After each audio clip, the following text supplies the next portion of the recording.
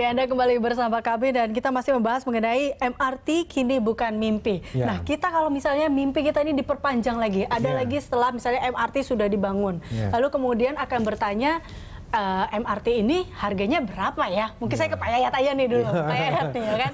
Atau mungkin Pak Dono mau menambahkan dulu atau seperti apa? Karena kita lihat, karena MRT sekarang banyak juga bisa dikatakan transportasi umum yang harganya juga kini tidak terlalu jauh dari busway atau Transjakarta sampai juga kereta api dan juga transportasi umum lain ya. Atau ini menarik ya, misalnya persoalan tarif. Ada penelitian mengatakan bahwa lebih dari 30-40% dari income pendapatan rata-rata orang yang bekerja di Jakarta habis untuk biaya transportasi. Ya kan? Kita berpikir pada besarannya. Kenapa demikian besar? Satu, yang menggunakan kendaraan pribadi itu keluarnya banyak dari bahan bakar, parkir, tol, semuanya. Nah, total rata-rata kalau misalnya pembawa kendaraan pribadi itu sebulan menghabiskan 2,5 juta sampai 3,5 juta. Itu kisaran per bulannya. Nah, sekarang kalau kita mau ngambil perbandingan dengan pemerintah Singapura lah. Pemerintah Singapura itu kan public transportnya cukup bagus. Dia berjanji kepada masyarakatnya, pada tahun depan pemerintah akan menekan biaya public transport yang dikeluarkan oleh masyarakat itu dari 5% menjadi 3 atau 4%. Nah, jadi strategic plan-nya adalah bagaimana pemerintah memanjakan masyarakat supaya mau naik public transport. Nah, ini kan strategic planning kita yang harus dilakukan, bagaimana orang mau naik MRT. Nanti dikomparasi dengan biaya atau cost yang mereka keluarkan dengan perbandingan kalau naik motor atau naik angkutan umum atau naik kendaraan lain. Karena terus terang saja, semakin murah, semakin efisien, orang cenderung akan lari ke sana. Seperti contoh kereta api. Kereta api. Ya, betul. Kereta api sekarang itu naiknya luar biasa, dari 450.000 sekarang kisaran 900.000 sampai 1 juta per hari di Jabodetabek, dengan tarif yang disubsidi melalui PSU. Nah, sekarang tadi mungkin Pak Denny bisa menceritakan apa skenario. Walaupun kewenangan itu ada di kewenangan di pemerintah daerah, sebetulnya ruang itu sangat terbuka. Makin murah, makin baik, ya kan? Dan mungkin kalau banyak penggunanya menjadi salah satu itu tergantung kemacetan ya. Nggak, bagi masyarakat kalau terlalu mahal, segmen yang ditangkap adalah menengah ke atas. Bukan itu. Jadi harusnya begini, harusnya itu pemerintah nanti, gubernur, siapapun orangnya, itu dia kebijakannya ini mau memindahkan pengendara pribadi seperti ibu-ibu yang di sini, apakah mau semuanya bisa naik? Itu beda. Jadi kalau untuk memindahkan pengendara pribadi yang sudah pakai sopir, mobilnya ber-AC, tentu tarifnya tidak bisa murah-murah. Karena kan kalau murah berarti bergabunglah dengan seluruh lapisan masyarakat.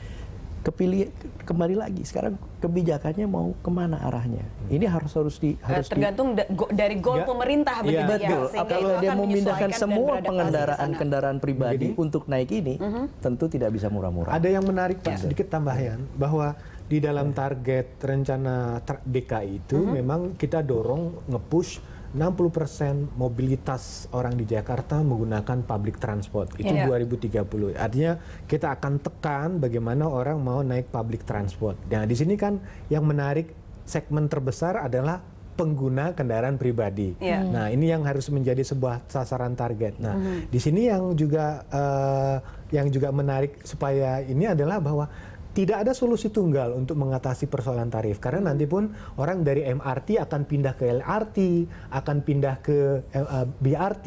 Nah, kan akan ada perpindahan antar moda di dalamnya. Jadi kalau misalnya bicara hanya pada satu sisi tarifnya MRT saja, mungkin bagi mereka yang berada dalam satu koridor itu tidak ada masalah. Tapi bagaimana dengan mereka yang pindah 2 sampai 3 kali? Nah, di sini strategic plan-nya tergantung dari kebijakan pemerintah daerah. Menariknya adalah kebijakannya jadi gini, kebijakannya itu tidak bisa hanya dari tarif tadi. Jadi nanti ada 3 sebenarnya. Satu, pembatasan parkir.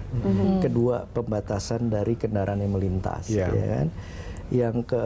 Jadi yang itu akan ada ERP nantinya. ERP nanti akan diterapkan. Jadi itu bisa menjadi sumber pendapatan untuk mensubsidi tiket tarif kami. Jadi ini semua terus juga pembatasan ruang parkir di gedung-gedung nantinya. Kalau sudah ada MRT itu pengelola gedung mendapat benefit. Dia bisa mengurangi parking ratio-nya sehingga bisa dikomersialkan untuk mendapatkan pendapatan yang lebih tinggi karena sudah ada MRT dan sudah terinterkoneksi. Itu yang kita sebut yang namanya transit oriented development. Jadi MRT ini dampaknya begitu jadi. Itu satu, otomatis bukan hanya kendaraan traffic dari kendaraan traffic saja, tapi dari people traffic. Karena kan bayangin, kita ngomong 200.000 per hari, 600.000 per hari. Itu keluar masuk stasiun loh. Mobilitas itu kan yang sekarang kan belum ada. Nah, ini semua harus dipikirkan. Iya, tapi yang menarik berarti kan rencana integrasi dengan berbagai hal yang juga terpenting. Tidak hanya MRT-nya saja, tapi moda transportasi lainnya setelah naik MRT, karena pengguna mobil pribadi mungkin kalau sampai naik MRT mereka cukup senang, tapi setelah itu mereka disuruh jalan kaki mungkin tidak mau. Bisa jadi ada Gojek. Jadi integrasi itu ya, belum lahan parkir misalnya mereka bawa mobil. Kita ada istilahnya first mile dan last mile-nya. Jadi pertama awal ketika saya menuju stasiun itu nyaman atau tidak, ada trotoarnya. Di stasiunnya itu trotoarnya penuh pedagang kaki 5 atau tidak. Jadi last mile-nya juga demikian. Nah, itu juga harus menjadi sebuah pertimbangan. Jadi buatlah nyaman di awal titik keberangkatannya sampai dia tujuan akhirnya. Itu satu. Yang kedua, memang saya setuju tadi Pak Nung mengatakan ada konsep traffic demand management-nya yang kita kendalikan. Nanti kan bagaimana pemerintah kota Pak Yayat, pengaturan ERP-nya. Mohon maaf saya harus potong, kita harus jeda dulu. Tapi kita akan membahas di segmen terakhir ya Eliza ya. Kita akan membahas di segmen terakhir mungkin secara garis besar ke depannya harus seperti apa sih terkait MRT ini, persiapan apa selain hanya MRT. Jangka panjangnya akan seperti apa, kita akan membahasnya pemirsa usai jeda pariwara berikut.